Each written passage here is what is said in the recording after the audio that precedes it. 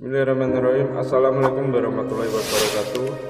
Pemirsa yang dirahmati Allah, marilah kita simak ceramah dari Ustadz Hanan Ataki dengan tema agar kamu diperhatikan oleh Allah. Sebelumnya marilah kita berselawat terlebih dahulu. Allahumma sholli ala Sayyidina Muhammad wa ala ali Sayyidina Muhammad. Selamat menyaksikan. Alhamdulillah, segala puji dan syukur kita ucapkan atas segala nikmat yang Allah berikan kepada kita. Allah setiap hari menghindarkan kita dari sekian banyak masalah hanya karena kita nggak ngerti, bukan berarti nikmat itu nggak ada. Seringkali kita terhindar, makanya kita nggak tahu. Kita kadang-kadang menghargai nikmat Allah ketika kita dapat masalah terus dikasih jalan keluar. Tapi tanpa kita sadari sebetulnya ada nikmat yang lebih banyak yang Allah kasih ke kita setiap hari, yaitu dihindarkan dari masalah. Bukan hanya diberikan jalan keluar dari masalah, tapi dihindarkan dari masalah. Ini nikmat lebih gede lagi nih. Sehingga kita perlu setiap hari belajar mengingat dan merenungkan betapa baiknya Allah sama kita, dan betapa hari itu kita mendapatkan banyak kemudahan itu semata-mata karena rahmat dari Allah Subhanahu wa taala. Misalnya hari ini teman-teman coba sebelum tidur nanti teman-teman ingat lagi kira-kira hari ini udah dapat kemudahan apa aja dalam hidup.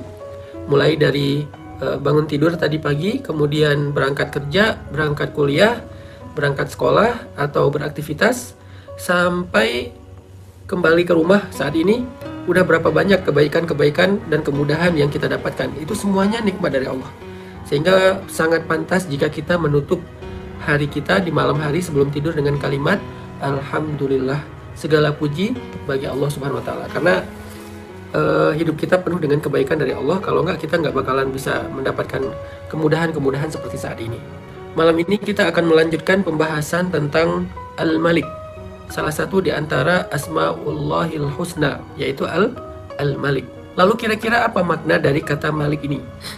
Malik ini memiliki makna yang pertama adalah yang memiliki, yang kedua adalah yang berkuasa. Tetapi khusus untuk Allah, kalimat Malik atau Malik itu mengandung semua makna kekuasaan. Jadi Allah itu tidak relatif. Ada orang yang punya sesuatu tetapi dia tidak berkuasa. Ada yang berkuasa terhadap sesuatu tapi tidak memiliki.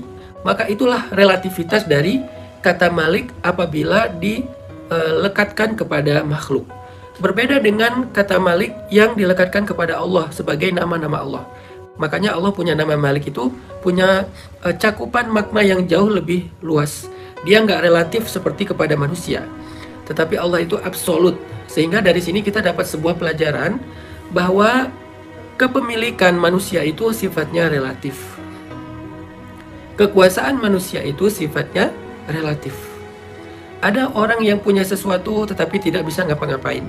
Ada orang yang bisa ngapa-ngapain dengan sesuatu tetapi dia nggak memiliki. Lalu pelajaran iman apa yang kita dapatkan dari poin pertama ini? Dari poin ketika kita memahami makna Malik kepada makhluk dan Malik kepada Allah. Apa poin pelajaran iman yang kita dapat dari sini? Dari poin pertama ini, pelajaran iman yang kita dapat teman-teman adalah bahwa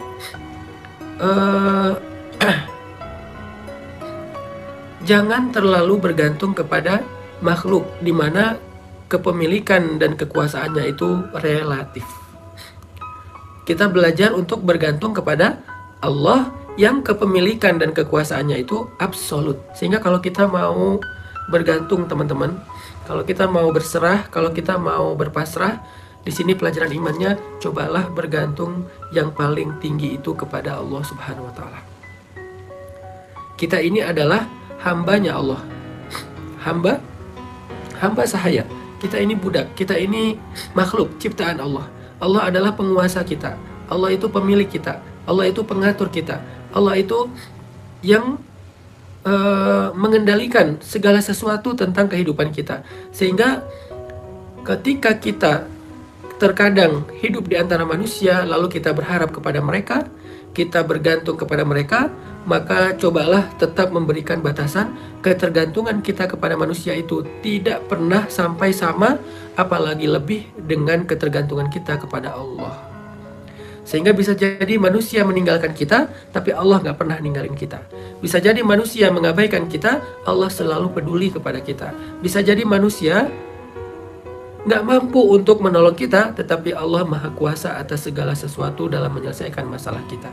Ini adalah poin pertama dari kata Malik, Maha Kuasa, Maha Memiliki, yang mengatur, dan seterusnya.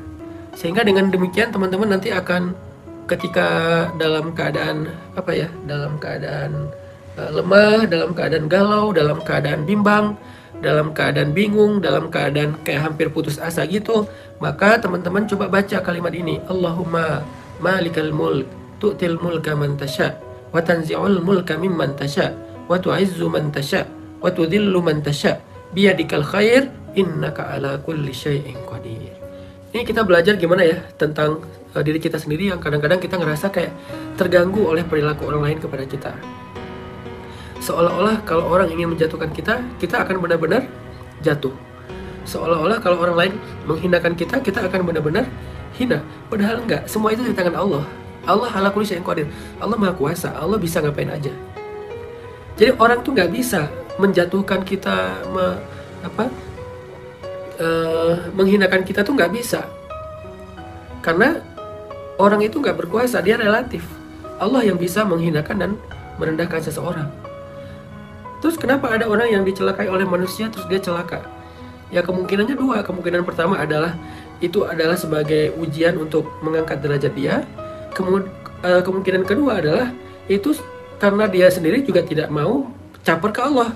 Dia tuh nggak percaya sama kebesaran Allah, sehingga ya Allah nggak terlibat dalam masalah dia. Coba kalau dia caper ke Allah. Coba kalau dia koneksinya tuh ke langit. Coba kalau dia pakai iman. Coba kalau dia memperbaiki amal solehnya dengan ya tadi cari perhatian, caper-caperan kepada Allah.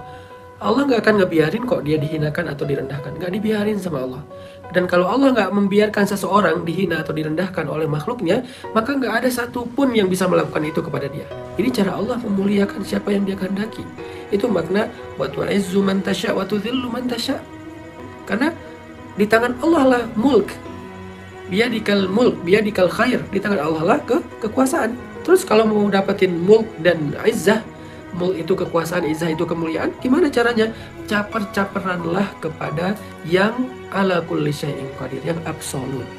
Caper-caperanlah kepada malikal mulk, pemilik segala kekuasaan dan kerajaan.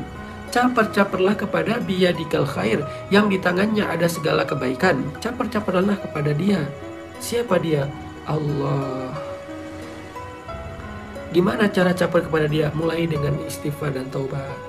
Lanjutkan dengan melakukan kewajiban-kewajiban. Lalu tambahkan dengan yang sunnah-sunnah. Lalu tambahkan dengan membantu orang lain. Lalu tambahkan dengan mengambil peran dalam dakwah. Itu Allah perhatian banget. Bukankah Allah mengatakan innallaha yuhibbut tawwabin? Allah suka, Allah mencintai hamba-hamba yang bertaubat. Bukan hanya Allah perhatian sama dia, bahkan Allah mencintai dia. Setelah Allah mencintai dia, Allah gak mungkin ngebiarin hamba yang dia cintai itu disakiti oleh orang lain. Gak mungkin. Sama kayak kita mencintai manusia, mencintai pasangan, mencintai anak.